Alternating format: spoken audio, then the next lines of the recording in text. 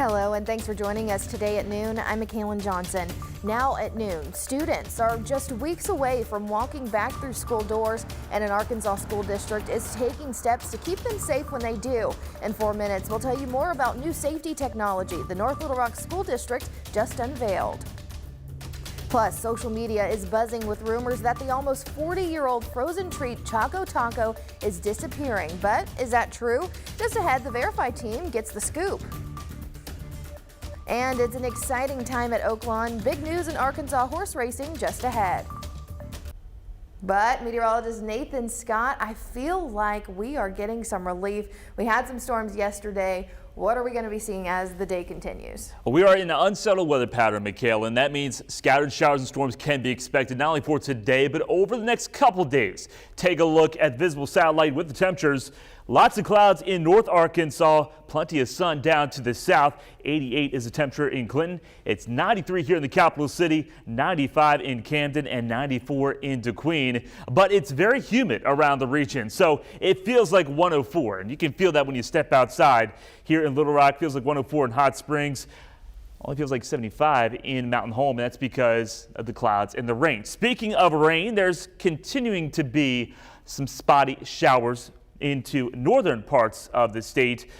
Zooming in here, you can see we've got still some light rain for you folks in Searcy County, Van Buren County, also into parts of White County. So some folks are seeing a little bit of rain. I think the best chance of rain out there through the course of the afternoon will be for locations to the north of the metro. Here in central Arkansas, there will be the opportunity of a spotty shower storm, but tonight there's going to be another wave of showers and storms developing primarily in North Arkansas, and those storms could pack a punch with the potential of some locally heavy rainfall. So here's your planner today. Temperatures topping out into the mid-90s.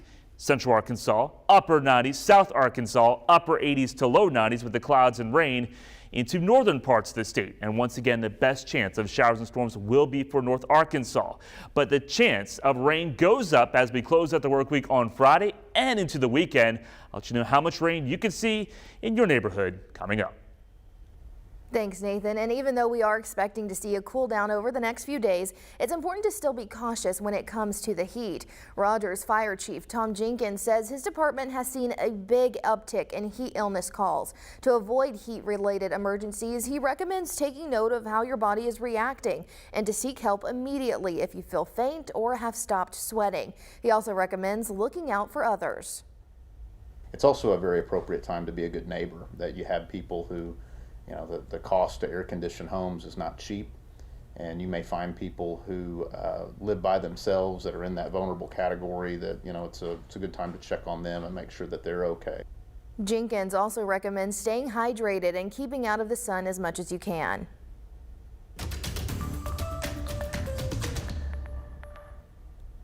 Today, North Little Rock school administrators are set to take part in an active shooter training. This comes just a day after the district rolled out new safety technology. They're hoping to promote safety on multiple fronts through new specialized metal detectors, advanced surveillance, and a high-tech security database. So here's what the new tech is and what it does. It includes a pilot program that will have weapon detectors at every student entrance. They're programmed to only alarm for weapon-grade materials, so students won't have to take out phones or keys. Chromebooks, however, will have to be taken out. There's also an advanced security camera program that can more easily show specific areas of campus and will soon even be able to track past data.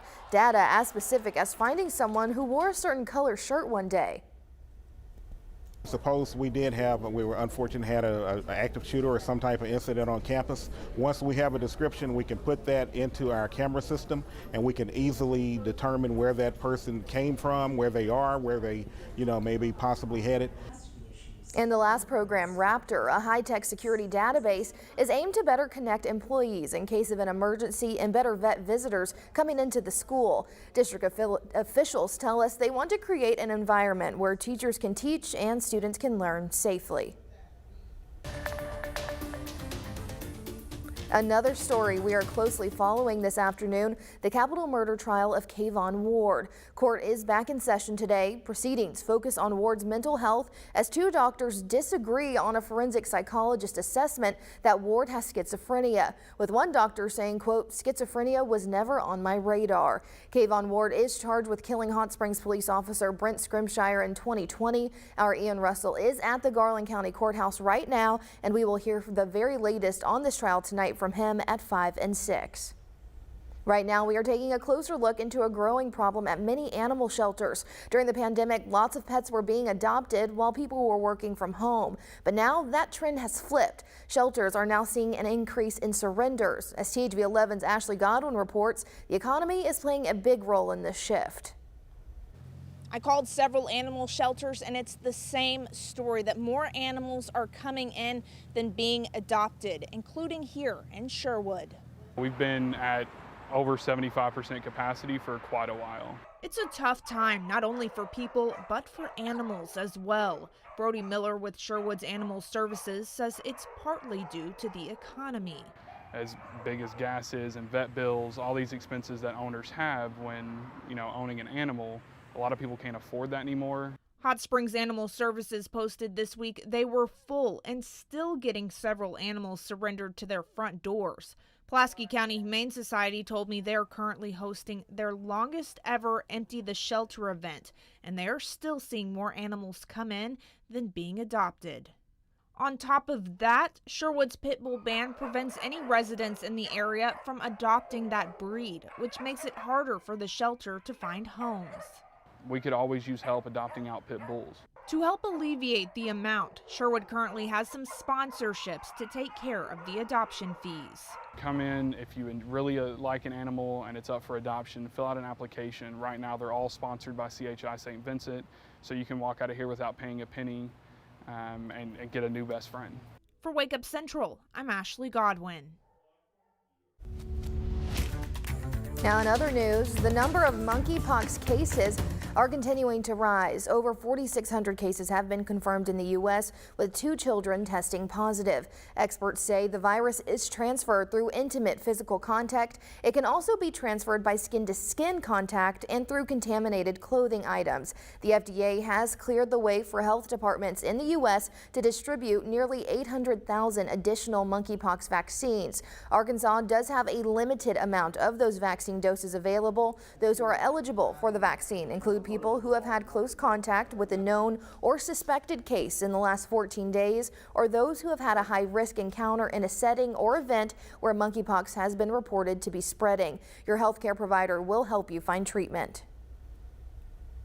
And the Biden administration says the State Department has made a, quote, substantial proposal to Moscow for the release of WNBA star Brittany Griner and former Marine Paul Whelan. Secretary of State Anthony Blinken did not say who the U.S. offered to hand over, but Russia has long sought the release of a convicted Russian arms dealer known as the Merchant of Death.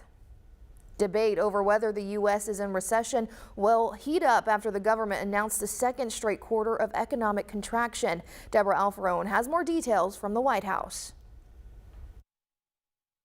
Government figures show the U.S. economy continues to slide. The Bureau of Economic Analysis says the gross domestic product fell 0.9% during the second quarter from April through June.